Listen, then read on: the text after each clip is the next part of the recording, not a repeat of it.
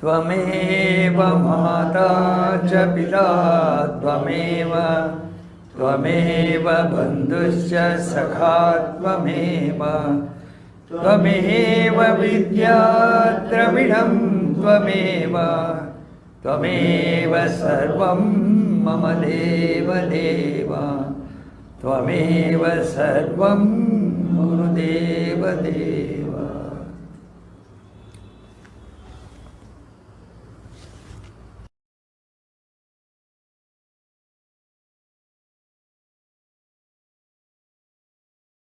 ಮಾಯೆಯೊಡನಾಡುತ್ತ ಬೊಮ್ಮನನ್ನು ಭಜಿಸುತ್ತ ಆಯುವನು ಸಾಗಿಸಲೋ ಮಂಕುತಿಮ್ಮ. ಮಾಯೆ, ಇದೆಲ್ಲ ಮಾಯೆ. ಮಾಯೆ ಜೊತೆ ಆಡಿಕೊಂಡು ಪರಬ್ರಹ್ಮನನ್ನು ಬೊಮ್ಮನನ್ನು ಅಂದರೆ ಇಲ್ಲಿ ಪರಬ್ರಹ್ಮ ತತ್ವ ಅಂತ ತಿಳ್ಕೋಬೇಕು, ಸೃಷ್ಟಿಕರ್ತ ಅಂತ ತಿಳಿಬಾರ್ದು. ಇರುವ ಕೆಲಸವ ಮಾಡು ಕಿರಿದೆನದೆ ಮನವಿಟ್ಟು ದೊರೆತಿದು ಹಸಾದವೆಂದುಣ್ಣು ಕೊಣಗಿಡದೆ ಧರಿಸು ಲೋಕದ ಭರವ ಪರಮಾರ್ಥವನ್ನು ಬಿಡದೆ ಹೊರಡು ಕರೆ ಬರಲು ಅಳದೆ ಮಂಕುತಿಮ್ಮ. ಇದು ಕರ್ಮಯೋಗ. ದೊರೆವ ಜೀತಕ್ಕೆ ದುಡಿತ, ಮರುದಿನದ ಚಿಂತೆ ಮಿತ, ಹೊರೆಯ ಹಗುರಾಗಿಸುವ ಕೆಳೆಯರೊಡನಾಟ, ಸರಳತೆಯ ಪರಿತುಷ್ಟಿ, ಪರಮಾರ್ಥ ದೃಷ್ಟಿ, ಇವು ಸರಿಗೂಡೆ ಸುಕೃತ.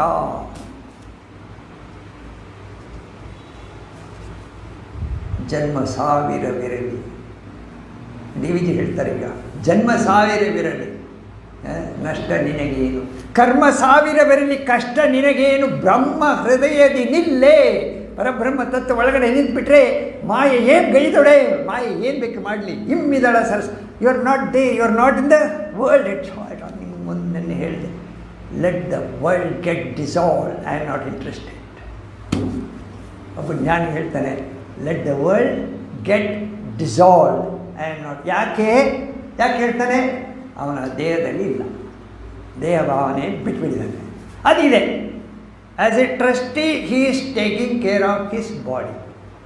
ಈಗ ನೀವು ಒಂದು ಟ್ರಸ್ಟ್ ಮಾಡಿದ್ರೆ ಅಲ್ಲಿರೋ ಮಕ್ಕಳು ಮನೆ ನೋಡ್ಕೊಳ್ಳೋಕ್ಕೆ ಗಾಡಿಯನ್ನು ಯಾರ್ಯಾರು ಅಪಾಯಿಂಟ್ ಮಾಡ್ತಿರಲ್ಲ, ಆ ರೀತಿ ನಾವು ಈ ದೇಹನ ನೋಡ್ಕೊಳ್ಳೋಕ್ಕೆ ನಾವೇ ಅಪಾಯಿಂಟೆಡ್ ಗಾರ್ಡಿಯನ್ಸ್. ಟ್ರಸ್ಟ್ ನಮಗೆ ಬಂದಿರೋದು ಗಿಫ್ಟ್, ಈ ದೇಹ. ಅದನ್ನು ಒಬ್ಬ ಟ್ರಸ್ಟ್ ಥರ ನೋಡಿಕೊಂಡು ಅದಕ್ಕೆ ಎಷ್ಟು ಬೇಕೋ ಅಷ್ಟು ಕೊಟ್ಟು